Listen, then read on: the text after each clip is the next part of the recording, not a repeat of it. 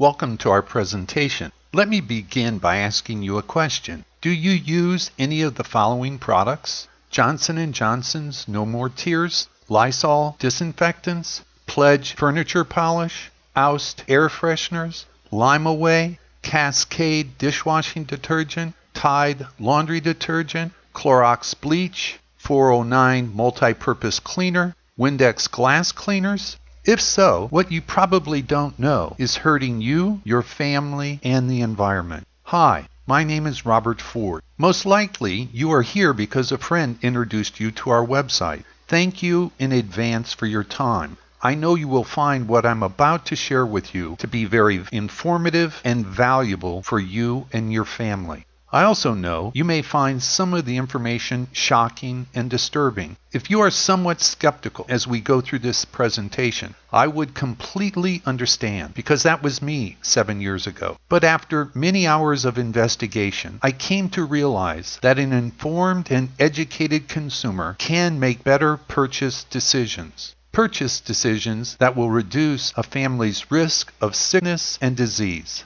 One final note before we begin. If you would like to learn more about the authorities behind this information, you can find that by using the hyperlinks in the Amazon Kindle book, Healthy Families and Healthy Kids by Robert E. Ford. So let's begin. What we are going to discuss today is the Fair Packaging and Labeling Act, how we get sick, cancer rates in America, and how they changed over the last 104 years, the precautionary principle, and finally, how common household products are harming you, your family, and the environment, probably without you even being aware of it. Most Americans believe, just like I once believed, that the products purchased at the grocery or drugstore are regulated by the government, and so they are safe to use. Actually, most of these products are regulated by a law passed almost 50 years ago. This federal law is called the Packaging and Labeling Act of 1966. There is no requirement for products to be safe.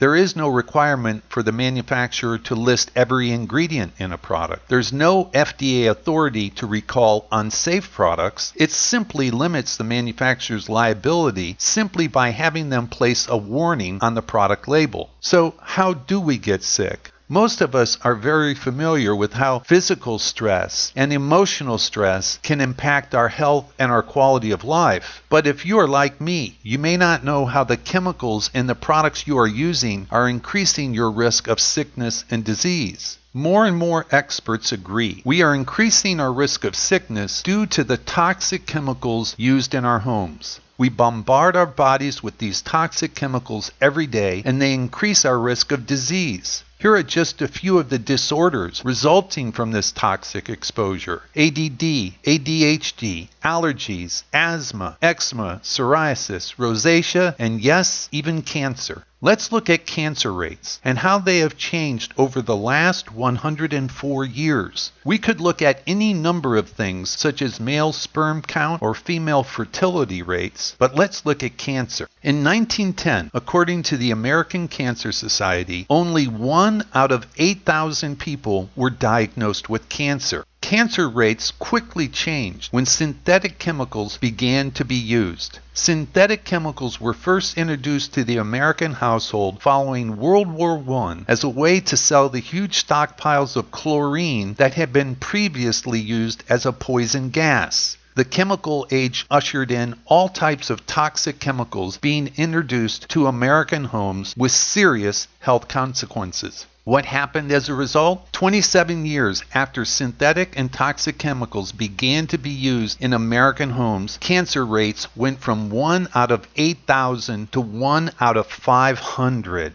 And today, the latest report from the Center for Disease Control reports 1 out of 2 Americans will be diagnosed with cancer. They also report it is the exposure to a wide variety of manufactured chemicals used in the home that accounts for at least 2/3, or about 70% of all cases of cancer in the United States. So obviously, we can have an impact on our health and our family's health by making smarter purchase decisions. The U.S. Consumer Product Safety Commission found 150 chemicals that are commonly found in the home that are linked to allergies, birth defects, cancer, and behavioral disorders. The EPA did a 15-year study. They looked at women who worked at home. They found that these women had a 54% higher death rate from cancer compared to women who worked outside of the home. They concluded it was due to this long-term exposure to hazardous chemicals found in ordinary household products.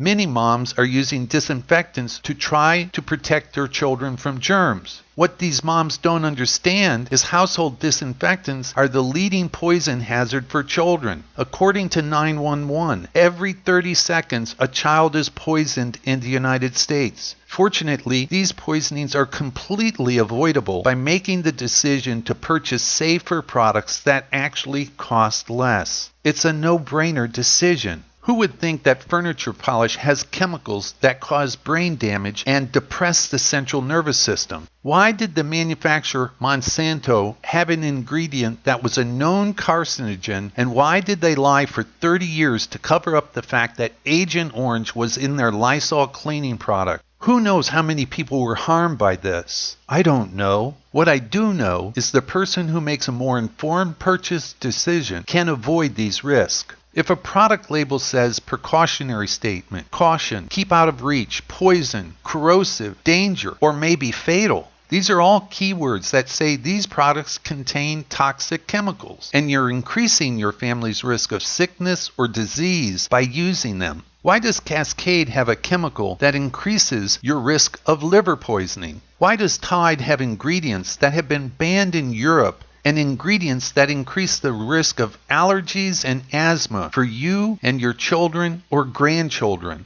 409 is the most popular multi-purpose cleaner. Why does it have phenol in it, which has been linked to cancer? Why does Windex have ingredients that increase our risk of reproductive disorders? It makes no sense to me. Does it make any sense to you? When the government did a study on women's cosmetics, they found that all of them contain heavy metals and toxic chemicals. Why would a product that is designed to increase attractiveness also increase your risk of sickness? Why does women's lipstick still have lead in it? Lead has been banned from house paint since the 60s, and yet it's still found in lipstick? This is crazy. Wouldn't you agree? But the product that really angers me the most is Johnson's No More Tears. Why? Well, in Europe, they banned a number of toxic chemicals from being in personal care products almost a decade ago. So Johnson's manufactures No More Tears in Europe without these toxic chemicals. It angers me because No More Tears is the leading best-selling baby shampoo in the United States, and Johnson's uses ingredients that increase the risk of cancer for your children. And most people don't know that the leading cause of death of children, not including accidents, under the age of 14 is cancer. And the products we choose to buy either increase this risk of cancer or they reduce this risk.